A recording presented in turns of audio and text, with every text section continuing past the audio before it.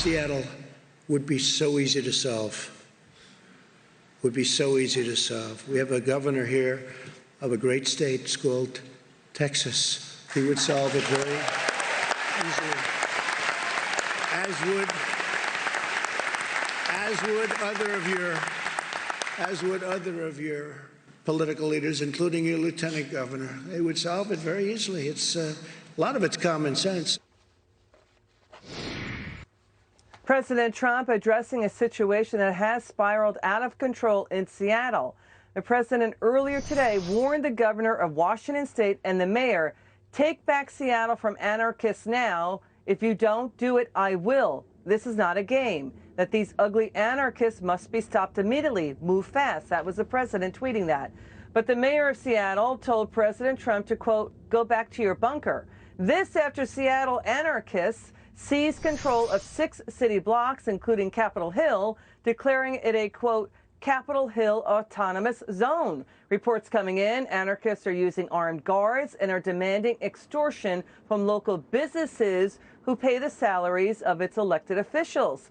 Let's welcome former NYPD Commissioner under Mayor Rudy Giuliani, Howard Safer. Commissioner, great to have you on, sir.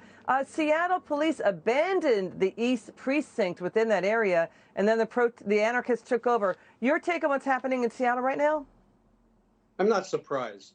Seattle has always been very progressive, left-leaning. I remember when I was commissioner in the late 90s, they had an economic forum in Seattle where there were lots of protesters. They refused to put a perimeter around the convention center, and there was a lot of injuries, riots, and chaos.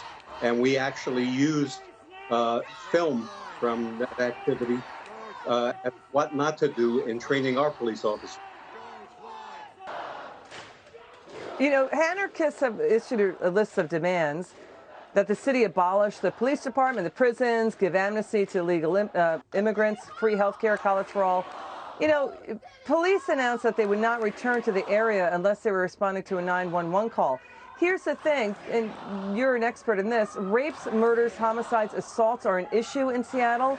It has one of the worst crime rates in the country, one of the highest crime rates in America. Your take on that? My take on that is, one, you have executives, mayors, who are not doing their job. They're sending signals to a police department that rules of engagement are you let rioters vent, you let crime happen instead of preventing crime. The role of the police is to keep citizens safe. In abdicating 6 blocks of Seattle, you have left the citizens there without any public safety, without any support. And what they need to do is go in there and clean those people out. It never should have got there to begin with. Where was their intelligence? Where was their patrol? But obviously it was allowed by the politicians in Seattle. It's outrageous, and I wouldn't be surprised if the National Guard should be sent in there to clean out this group of antifa and other protesters. So, yeah, there are also 500 homes inside this zone. How would you deal with it now? I would identify who the leaders of this organization are. I would give them an ultimatum, and then I would use whatever necessary force was required to protect the citizens of that 6-block area. Those are the people who pay taxes. Those are the people who deserve to be protected, not these anarchists, looters, and vandals. You know, we have NYPD detectives union saying we're going to file lawsuits against anybody who assaults and attacks our cops. 700 cops have been assaulted in recent protests. We want to give the viewers a warning. We're about to show disturbing and graphic video released by the NYPD. NYPD describing it as showing a, quote, planned assassination attempt on one of their officers who was on anti-looting patrol in Brooklyn.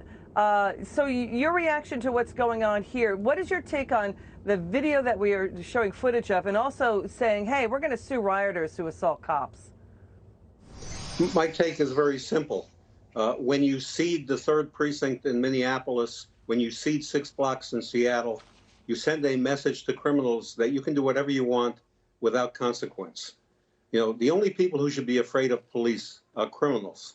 And when they get a signal that they can do whatever they want and the police are going to be held back by politicians, this is what happens. The attacks on police officers, the killing of police officers in this country is outrageous, and we need to take control.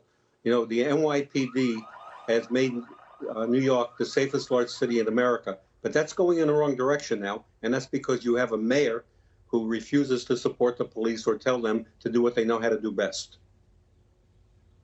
Howard Safir, thank you so much for coming on, sir. Great to see you, Commissioner. Come back soon. Good to be with you.